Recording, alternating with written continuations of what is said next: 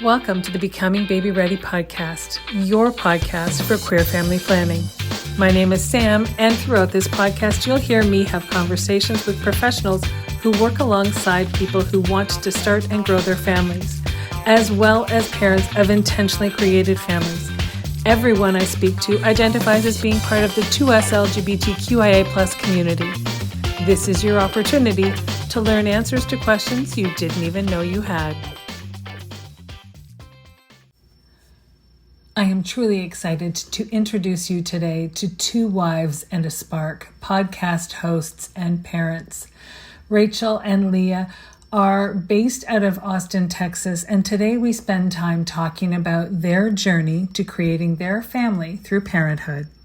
Please accept my sincere apologies in the sound quality from my end of this podcast. My guests sound fantastic, but in an effort to keep out some of the loud background noise, I chose to use poor headphones, and the quality from my end is muffled at best.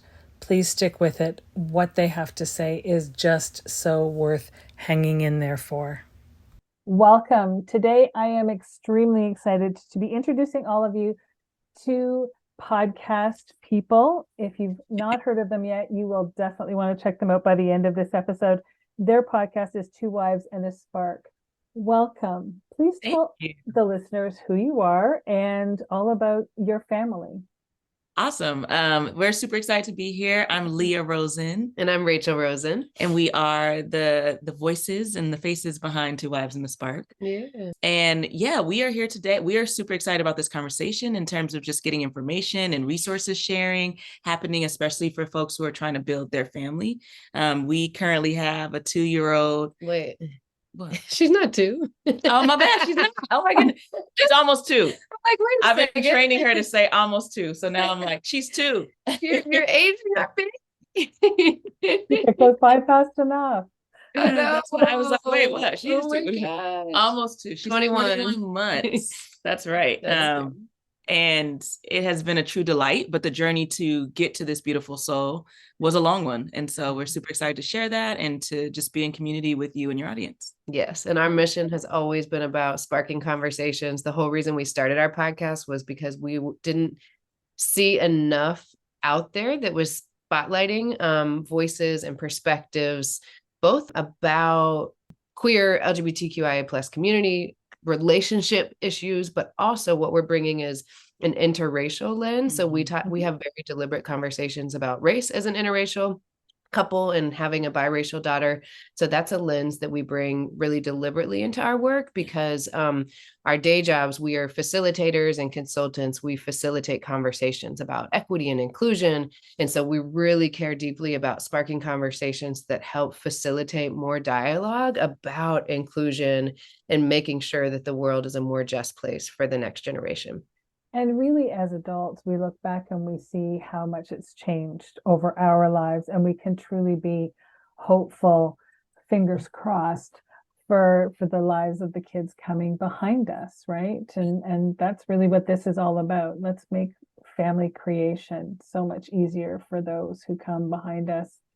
So the questions are answered right off the start, right? Right. So other people don't have to struggle like we did, or search and not find access to resources like we did. If we can pave the way and just create a little bit more access and a little bit more infrastructure for the next generation behind us to just know, for us, it was like, right, we didn't have enough exposure to even just like the daily things that couples grappled with. We didn't have there was just nothing out there, and so little visibility of interracial couples and interracial marriages looking to start a family and all the dynamics, so we're really excited about this conversation. And I'll just add too. So Rachel gave birth to our child. I'm the non-bio parent. And I don't think that there was a lot of, I don't want to say literature, voices to turn to for me to prepare to become a parent. And so you were either like finding things that were like things for dad. And it was like, well, I mean, I guess I can be that, but it doesn't really relate to me. Or I found one book that was like my saving grace. But, I think the more we can also talk as couples about the experience, especially lifting up the non-bio parents' voice in these conversations, is super helpful too, to just help prepare and to think about all the things of navigating how the world's going to experience it, how your family members are going to ask you questions that you maybe were expecting or weren't, and all those degrees. Yeah. Attachment, connection, all of that. So I'm excited to jump into. Yeah, that's perfect. And it's very true, because when you come at it from the lens of applying a queer filter to it, then the questions aren't, there isn't a dad out there who's being asked, when are you having the next child? Right?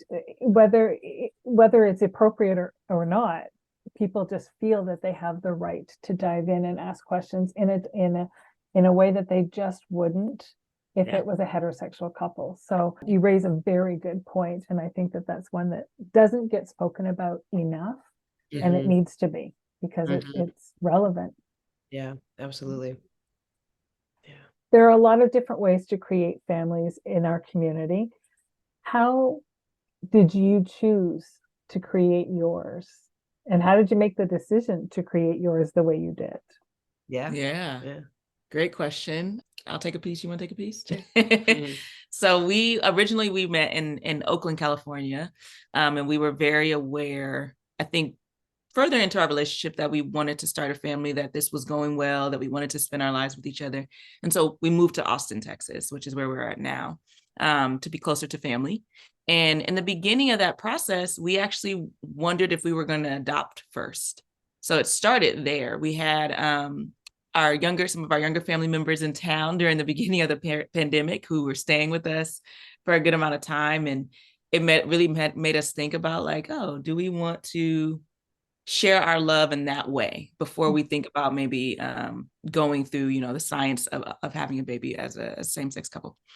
And we went through that process. We went through the paperwork. After experiencing having some family members with us, we were like, we got to pause. Maybe we're not quite ready. Well, not just adopt, but foster to adopt. So that was something we were really, it was really interested in. Yeah. So we're like, maybe we're not ready for that. Maybe we're not ready to give a human being back, or to partner with the parents in that way. But it is still something that's on our minds and on our hearts. And so that's how it started initially, was in 2020, really having that conversation, right? Yes, I would say it's kind of like as you said, with queer couples and families, everything is deliberate in so many ways. And so for us, the pre-pandemic conversation was actually quite different. So the pandemic really filtered what our perception of access in the medical space at that time. Like we got married the day before the world shut down. So our wedding was on March 14th, 2020. And my ovaries and my biological clock have been talking to me for years. So I had been talking about wanting to get pregnant. Like, I have always had this deep desire to get pregnant and experience pregnancy. So probably 2 years or a year before we got married, even we were starting to explore. We bought some books and started to have these really intentional conversations about who would carry and what we both want to carry. And I was sharing my hopes, and we started just like seeing I would say, like, exploring what could be possible. But I would say my drive was a little bit more because I'm 3 years older than her. There's a different clock. The age, it makes a difference. Every minute matters when you're in your 30s. And so, but that's a good point. I think we did started there with the research first, right? Like, we started trying to just find any books that were talking about same-sex couples having babies, regardless of how old they were, right? And one of the ones that I think we really enjoyed, which I wish I can remember the name of it right now, I was looking at your bookshelf.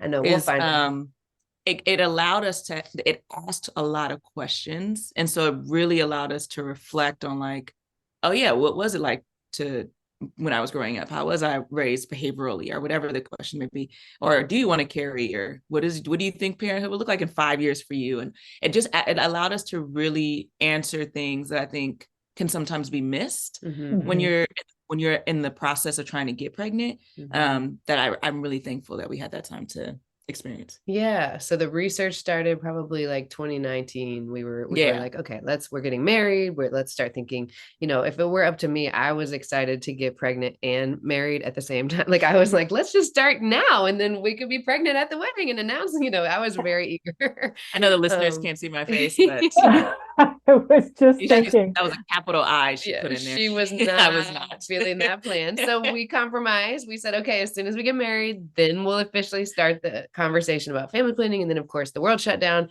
So that really did filter everything. You know, I think everyone was having real big existential conversations about what are we doing, and how are we what's helping the world? safety, and what are we, you know.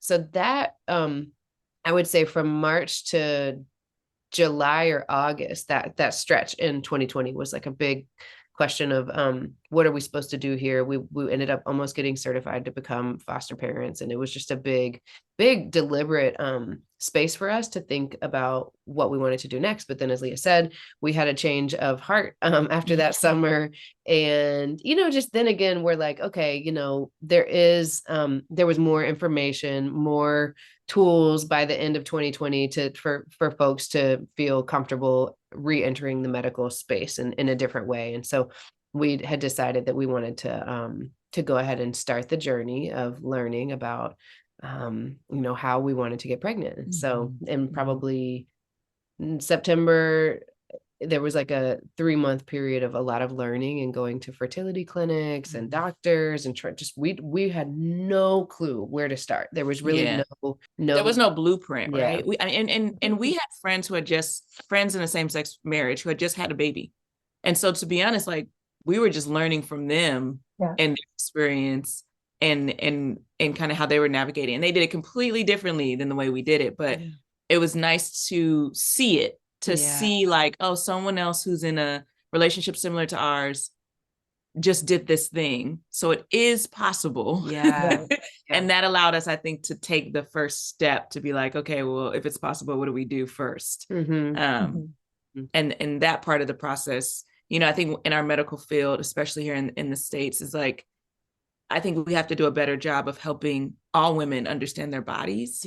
And not just for the production of having children, but like, there's so many parts of the female anatomy in the body that we just don't learn unless you're trying to have a child or unless you're ill. You just don't get this information about your body, which is really disheartening. And so the first quarter, I guess, of us even in this experience was just learning about her body. And all the things you didn't know, and all the things that you know. That we're just grateful for podcasts like this, because the more information that's out there for folks to understand, it's not like you push the go button and everything lines up. You know, it's a big journey in figuring out which clinics are LGBTQ inclusive and which clinic, you know, there's so many dynamics that we just had we had rose-colored glasses on, and then we experienced it and thought, oh, it was almost like someone deflated the balloon, because we experienced, you know, not the most inclusive, not the most accessible, not the most supportive fertility clinics at the beginning.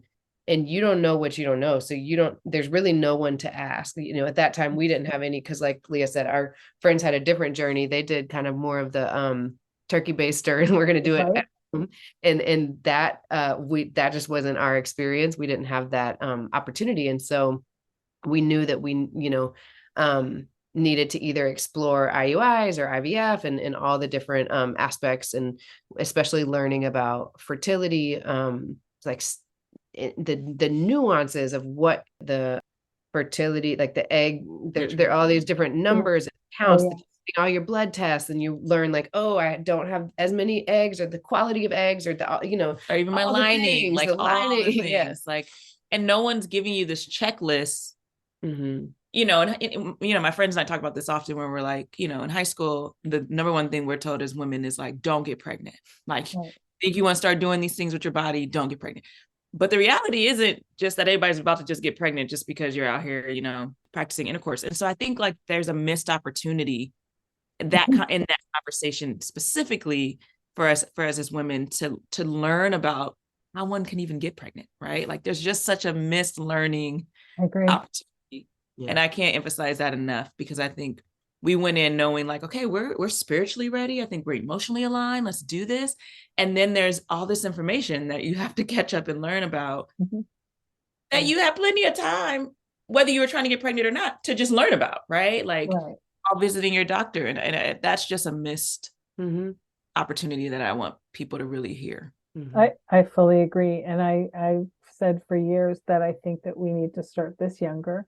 We need to stop having our young girls be afraid to get their period because they don't understand what any of that means and what's happening with their body, and understanding white flow days and red flow days from their body. And there's just so much of it that's nuanced. And we then put this terrible stamp on it. Oh, you've got your period. And this is a gift your body gives you to help your body continue to cycle every month. And even when it stops bleeding, it continues to cycle. Even if you have those body parts taken out, it continues to cycle, because that's what it means to have this kind of a body. And I'm certainly not doing anything to try and disrespect the trans community, because I recognize the dysphoria attached to that would be substantial. But there are a lot of kids out there who do need these messages, and we don't teach them because we're afraid to talk to our kids about it and make periods normal. Yeah. And there's such a gap between, you have these really intense conversations in teenage years about period and, abstinence and and all this stuff. And then there's this gap. And to me, at least, my experience was like, once you enter your 30s, then if you get to 35, you need to freeze your eggs. Like, that's kind of all I had heard. There was, we're in the era, we're late 30s. And so we knew that, okay, when you get to 35, that was literally all we knew, was that's the time. But we're working professionals. And I think more and more folks, in whether it's millennial generation, Gen Z folks that are just more oriented toward developing professional goals and pursuing those first, that that really just, the lack of information, we just kind of assume like, okay, mid-30s, let's go ahead and start, it's going to be easy breezy. But no, every woman's body is so different. And some folks need to really start the journey in late 20s, talking about these different pathways for building the life and the family that's going to work for you eventually. Right. Absolutely. What we'll say too, because I don't think we really fully have answered the overall question of how we even got to our family.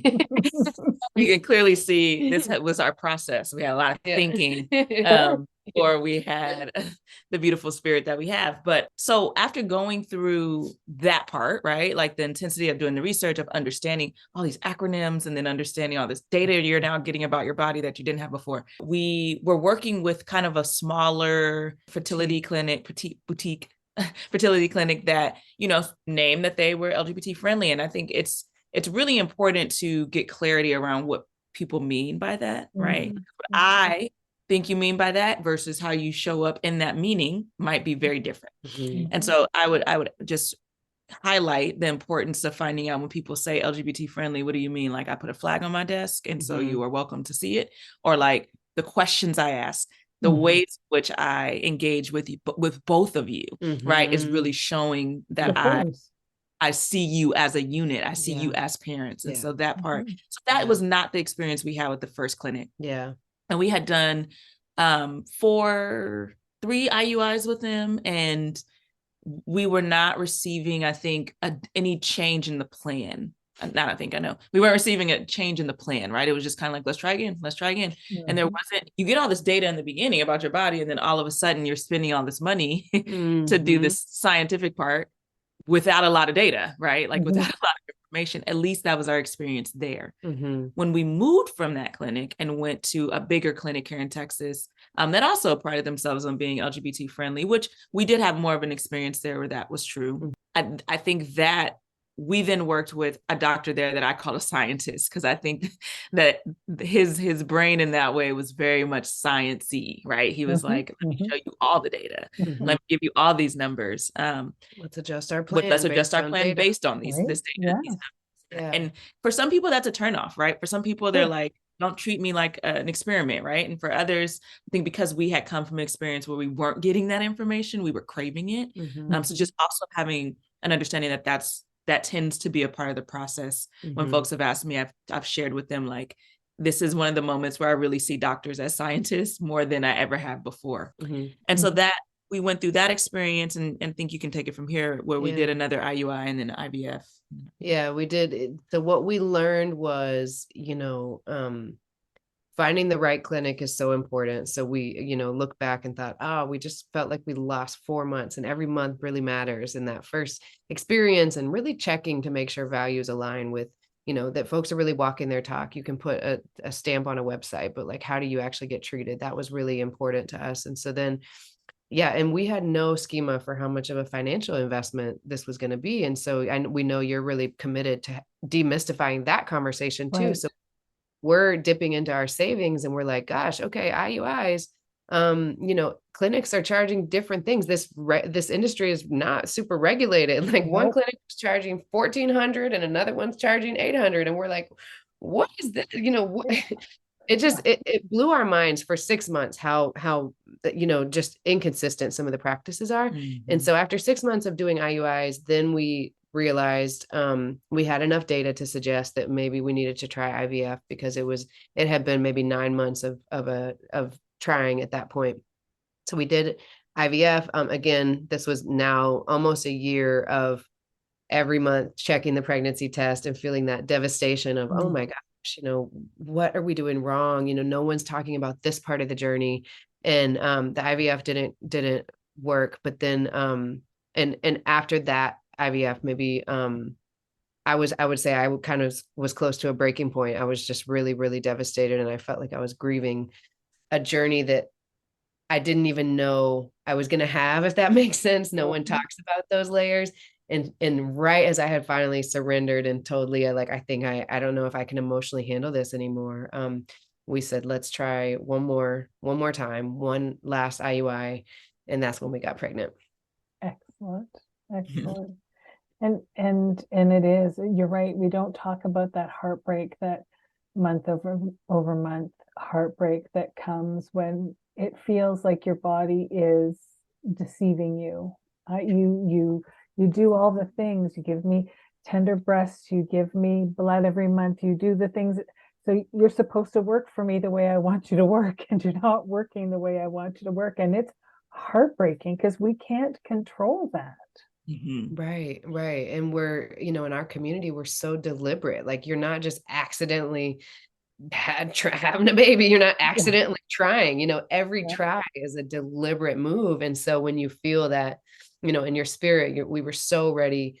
We just felt like, we couldn't have been more ready to become parents, and you're working and working. But then again, when we look back, we think there was some divine timing in the end, even though it was a long year, the timing came when it was supposed to. And, our child came to us when she was supposed to, for sure. For sure. Yeah. And retrospectively, it's easier to see that when you're in it, it's.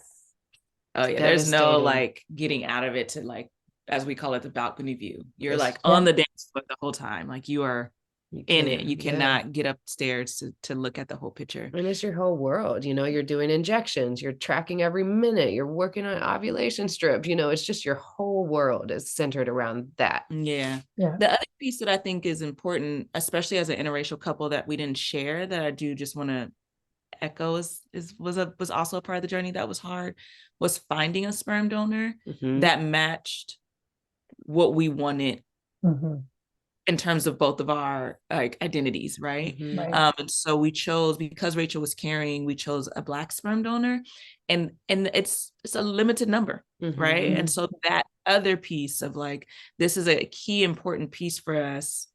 Are we going to have to make a change because there's so many limited sperm donors out there that fit this category? And it's not just the racial piece that's limited. It's also like, you have to have some things in common. You can't have certain things in common, like, and like, and medically, and all of that plays a role. And again, it's something you're learning as you're in it. So there wasn't a lot of information, especially for us, while we were going through this process, to learn that before, right, we start looking. And it's important, I think, we learned at our first clinic to have all those tests done first before picking the sperm, because they were like, if this sperm doesn't match medically, like if you all have some negatives or positives on certain things, we actually can't use the sperm. Right. Told us that. We had already purchased the sperm. So we got lucky. You rolled that dice and you went, oh, good. Yeah, and this Yeah. is expensive, right? You're talking about like Yeah. $1,000 a vial, so it's not you're it's not like chump change. Yeah. And so Mhm. I think that's really important too, is Mhm. finding out all the things you need to know before you start purchasing things is really Right. important. Because Mhm. the base thought is, okay, well, I have eggs, so I'm gonna need sperm, so I need to get the sperm. I found a sperm, I'm gonna use that sperm. Mhm. But you're Mhm. right, but what do I need to know about that sperm before I actually put out the Right. money And for it? because, we're not the focus group of a society, right? People aren't talking about it because when heterosexual couples have a baby, no one's like, does your sperm actually match what's going on in my body? Mhm. Like no one's Yeah, having that. So there's no one's telling you until they're telling you. Yeah. And right. it's almost a little too late because it's like, oh, I already made a purchase, or like, I didn't know Yep. I needed to know that data, And so I think Yeah. it's really important for us to say it because no one told it to us. Yeah, absolutely. Hold on for just a moment. We'll be right back.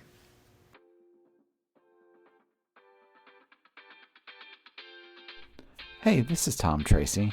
I'm a children's book author, but I'm also a husband and a father to 2 adopted daughters. My books celebrate family, but most importantly, they bring representation to families like ours, who are often overlooked or missed in children's books. These books make great gifts this holiday season for the children in your life, as well as their teachers. And as a special bonus, any book purchased between now and the end of November will result in a matching donation to a local nonprofit dedicated to working with children and families. You can learn more by visiting my website at www.tomtracybooks.com.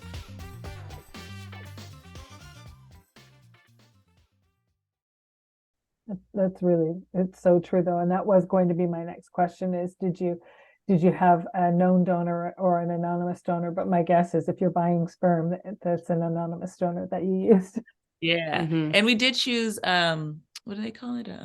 Our daughter could choose to meet the donor when she's 18. I forget the Mhm. There can be Open or something like that. open. Yeah, yeah, thank you.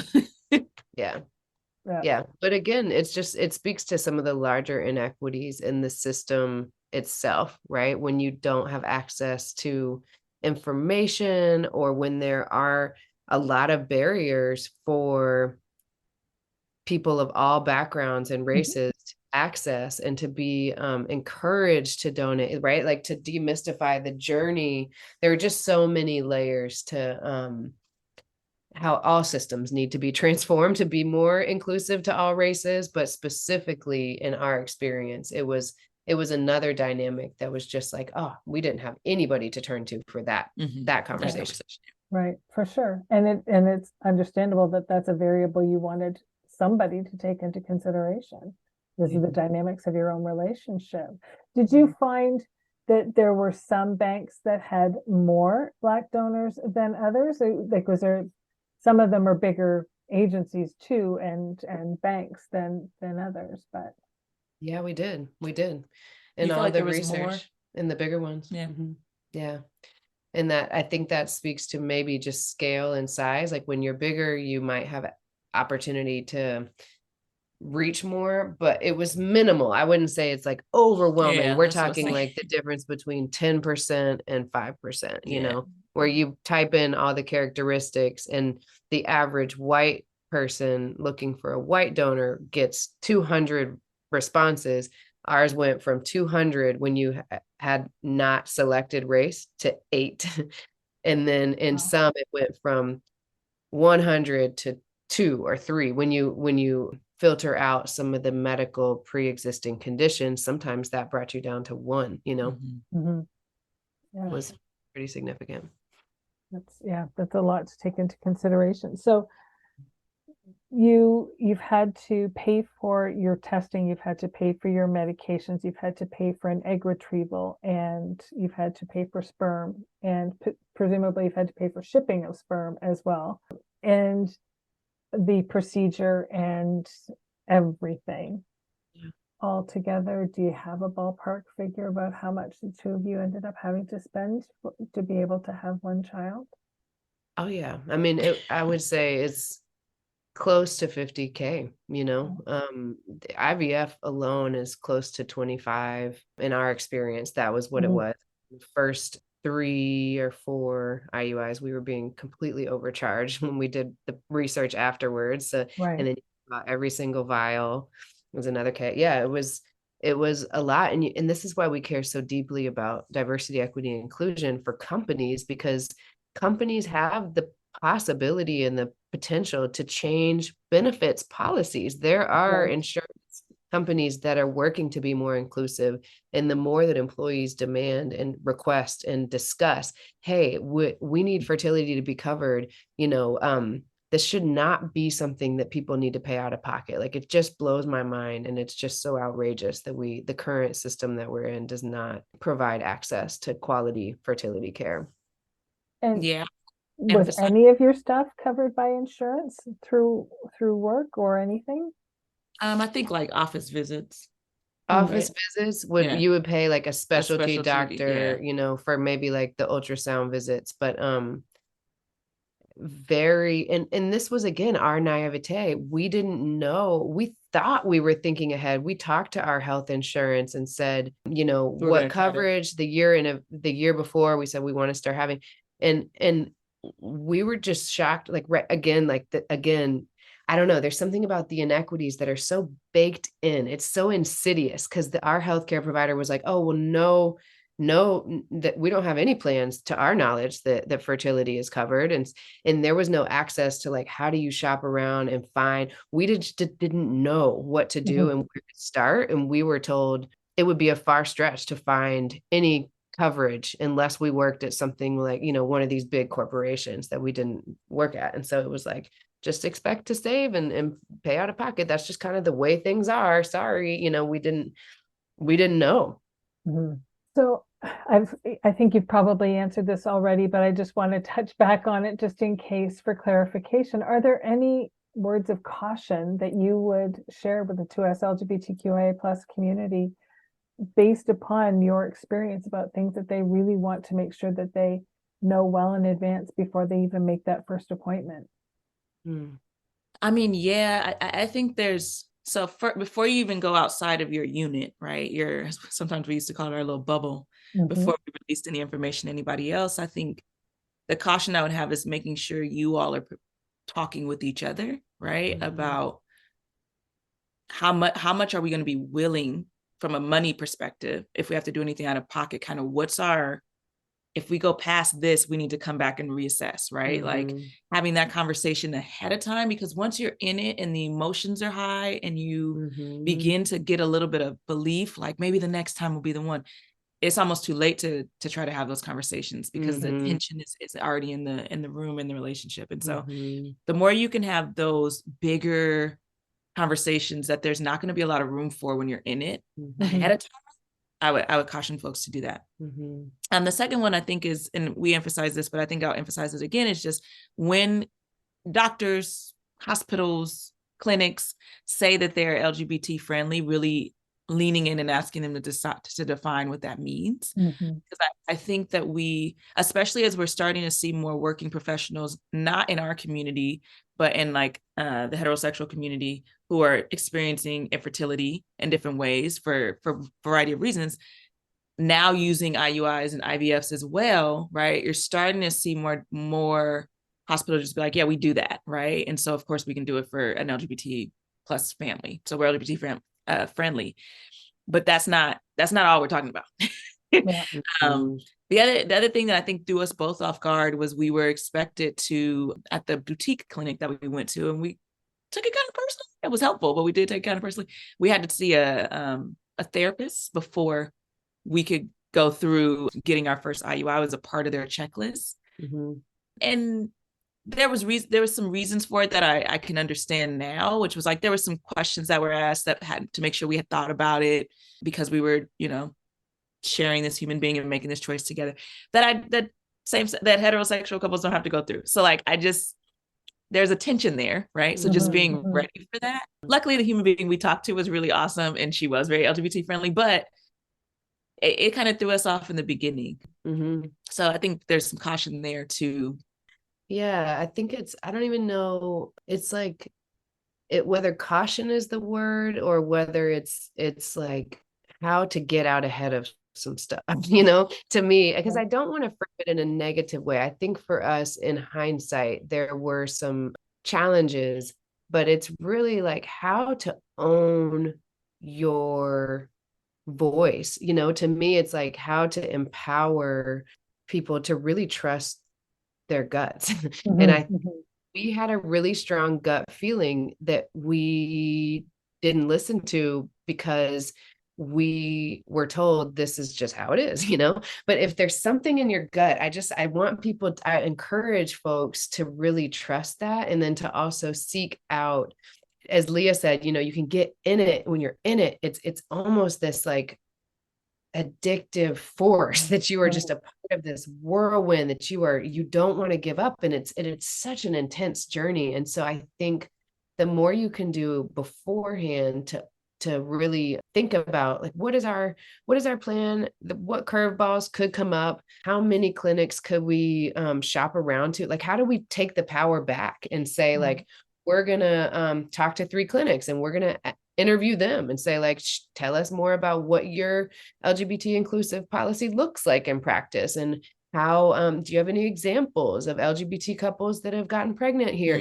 Just like, I want to flip it a little bit and empower folks to know that our intuitions are really powerful. And even though our community is small and sometimes seen as the minority, we have so many groups like this, there's so many folks out there that are really deeply committed to demystifying this conversation. And so I would say if we learned anything, just not jumping in with those rose-colored glasses and thinking that like, we're different, so this is going to be quick and easy for us, So just thinking of like, to Lia's point, having those conversations, we'll look for that book because it was super useful for us, having a resource that kind of is almost like a neutral place to have these conversations, because they could be awkward, and they can be heated, you might think that you're on the same page, and then one partner says, no, I want to carry, and the other partner says, I want to carry first. And like, how do you even navigate those dynamics? And so I think there is real power in having a neutral, whether it's a neutral party or a neutral force. For us, the book was really useful, and just really thinking through all the details and having those nuanced conversations about, okay, this is our budget. And as Lia said, if we go over that budget, what's our plan? Is that when we give up? Is that when we start dipping into credit card debt? Like, what are we doing? We get to that line, because it's really hard and disheartening to feel like you're putting a dollar sign on this life that you want. And that feels kind of icky, but it's a real factor. And so I love that you're committed to having conversations with folks about finances, because it's so important. Yeah. It is important, and finances are always an uncomfortable topic. And, I always ask the question, but I kind of ask the question with, one eye closed and wincing as I do it, because it's awkward to ask somebody about money. But at the same time, we don't go into this without our wallets wide open. And so it would be naive of me to be able to say, I'm doing what I can to help people understand without actually having the full conversation. Right. And I think everybody wants to think that they'll be the exception, right? Like we certainly were not immune to that. We thought couple $1,000, one IUI, it's going to be golden the first try. So you don't go into it thinking this is about to be a 40 to 50K investment. It's like a new car, but you don't think about it like that. And so, I think having some reality checks probably would have been really useful for us to think like, okay, we want the best case scenario to happen. We don't want to not be hopeful, but let's just think through all the scenarios. So best case scenario, that's awesome. What is that going to look like? Okay. Middle road scenario, great. Worst case scenario, let's talk about it and let's demystify what these different paths could look like so that we're at least prepared, because it does a number on your relationship, and parenting in general does that. But then the hormones of IVF and all of that are also a thing when That's you're what I was going to say. Like, and this is just, I think we did well learning through it, but we've been in spaces with friends where it has not happened that way. Right. And I think it's important to whoever's body is kind of the physical body, because it's an emotional experience for both of you. My physical body was not going through it right? And so I had to hold space, right? So if Rachel was saying like, this is really hard for me to get this result again, I just had to hold space for that, right? Because I could see it, but I wasn't experiencing it. And so I think having some type of, monthly routine or ritual that you go through together so that there's space for that grief, because grief is happening. And then you could very much so the next month have a surprise of celebration, right? But all that grief that was happening is still a part of the experience, right? So like, if you don't have a ritual or routine or a container for that space, then it can really come up later in some other ways. And I think we had our like candle lighting ceremonies and things of that I think really helped us allow each other to, let out whatever we were holding or worried about or feeling sadness over or whatever the case may be. But I think that it's also equally important to recognize that you're right, it wasn't your physical body, but this was your journey too. And I think all too often, and whether it's in a queer couple or a heterosexual couple, when the person who's not carrying the child has a loss, then they also have to give themselves permission to grieve. And I feel like that's something we do better in the queer community. Perhaps from what I've witnessed personally, and I've been a birth worker for over 2 decades, but I feel like we hear each other differently than our peers, heterosexual peers. I just feel like, but I feel like we are better at acknowledging we both need to have that time to process and mourn. And it's a different journey for both people, but it's a different journey for every individual, because every individual is an individual and it's allowed to be an individual process, but acknowledging that that's a piece of it is huge, I think. Yeah.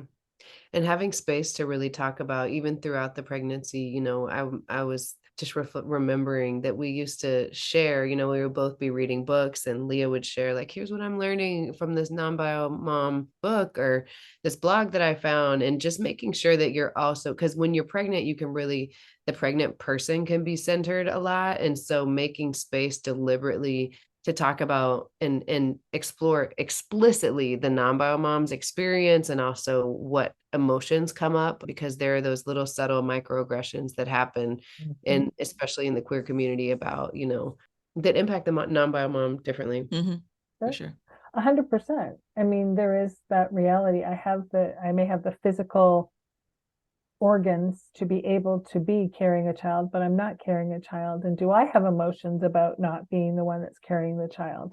Will I connect with the child the same way? But these are all questions we tend to ask during the pregnancy and beforehand. And then the baby comes out and it's like, oh no, I got all the feels. I feel all the feels for this child. This is my kid. It's no, but they're real questions that we ask ourselves, and giving ourselves permission to ask those questions and to talk those things through with our partner who is carrying the child is really important too. So I do think that there is that value in having that conversation with that therapist or social worker, whoever that agencies say that we need to speak to. To that end, but it needs to be presented in such a way that this is to highlight your experience together, not to tell you how different you are from everyone else. Exactly. Yeah, exactly. That piece. You hit that. There's one last thing. I know we're coming up with time, but I wanted to say one last thing that I appreciated hearing. I can't remember which of our couple friends shared it with us, but it was to make space to celebrate who you have been together, because you're about to bring a new human into this experience. And for us, it was just 2 of us, right? And our dog. And I really appreciated having that time to reflect on like this part of our relationship is just us 2 is shifting, right? It's coming, that part is coming to an end. Yes, we'll still be our individual selves and there'll still be 2 of us at times, but it's going to always be with a third human being in mind, right? And so just, as your listeners are going through this experience, if they happen to get to the place where they are bringing another human into their relationship, then I just think it's important to give space for that chapter to close, of like, it's just us too. And now it's going to be 3 or 4 or 5, however many kids you have. But Yeah.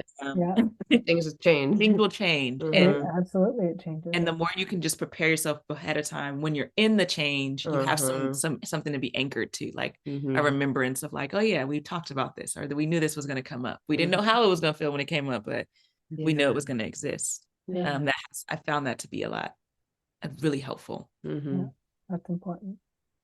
Before I let you go, really quickly, can you tell me what is your very, very favorite part of parenting an almost 2-year-old? Not quite. Thank you. I swear I'm her parent. I swear. I'm definitely that parent where they're like, your daughter's birthday, and I'm like, it's January 27. Gosh, I'm a good parent, I swear. I think our family time, our little one right now has grown up to be so far very invested in community. And that's a value of ours. And I think to see it showing up in her it has lit up my spirit in a lot of beautiful ways. So my favorite part of parenting right now is watching the things that we value show up in our little human. Yeah. It's truly remarkable to watch this whole being transform before our eyes. And she is just such a light. And I think that I would say definitely that is one of my favorite things, is seeing the evolution of her personality unfolding in such beautiful ways. And also we just have a lot of fun together. Kids force you to be silly and goofy and laugh and dance, be messy. And like, I think that I knew that was going to happen, but I just didn't realize how much it was going to be our center stage of just being silly. And I think the world needs a little more of that. And kids have a way of bringing lightness and joy and beauty and kind of wonder, really. The smallest things. She'll stop us on the sidewalk and see this rock, and like the whole world stops because this twig or this rock or this ladybug, and it's just the wonder that she has, the magical power of focusing on the little things and slowing down has been such a gift for our family, and to get to have those memories together, for sure. Yeah. That makes sense. Tell the listeners how they can find you, because now they know that they need to find you. So how can they find you? Aww. Since I've already messed up some details, I'm gonna make sure Lia is not the detail-oriented one. She is one of the most amazing, most thoughtful people, and she has great memory about very specific things. But details not very specific. So we are, if anybody who listened to this is interested in learning more about our journey, we really started our podcast to shed light on all these nuances. So 2 Wives and a Spark is our all together one word, the handle, the word AND spelled out. So 2 Wives and a Spark is our handle on Instagram, and 2wivesandspark.com is our website. And you can find it on any podcast platform. Season 1 was really dedicated to talking about the nuances of race and how race influences everything in our relationship. Season 2 was all about preparing for parenthood. So we really dug into a lot of these nuanced conversations, especially with an interracial lens. And then season 3 was all about, okay, we're parents now. Our life is a hot mess. Let's talk to other LGBTQ couples and learn from them, because we are navigating what feels like uncharted territory, especially with the political moment. So that's when we really brought a political lens to the conversation. Season 4 is coming soon. It is in the works. So that will be the theme of that season for the podcast will be announced soon. But yeah, we would just love to connect with other queer couples and other folks. We really feel like visibility and representation are so important. And so the more folks that we're connected with, and the more folks that realize that they're one step away from having someone to make them feel really seen and heard, that's what we're all about. So definitely that's our podcast. And if people are interested in learning more about the work we do, we talked a little bit about how passionate we are about companies doing diversity, equity, inclusion, belonging work. That our company is called Spark Equity in Action. And we do consulting work. We partner with companies and help them really dig into some of these tough questions about policies and practices that really lead to a culture of belonging. So sparkequityinaction.com, and that Instagram handle as well. I think that's everything. What else? Did I miss anything? I'm the wrong person to ask, but I'm sure you got it. It's been such a pleasure talking with you, Sam. We're so grateful to be connected and to have just this moment. It's always a gift to get to reflect and remember these moments. We're moving so fast that it's been a minute since we've That's true. thought back to those Yeah. that chapter of our life. So thank you for making the space for this. Yeah. And thank you so much for taking the time to chat with us and teach us what your experience was like so that we have an idea of what to look for on our own path. Thank you for joining me today on the Becoming Baby Ready podcast. If you have a story that you'd like to share, or you know someone who might, if you're a professional who works in the capacity of helping people start and grow their families, and you identify as being a part of the 2S LGBTQIA+ community yourself, then please don't hesitate to reach out. We always have room for more stories to share, and there's always more learning to do.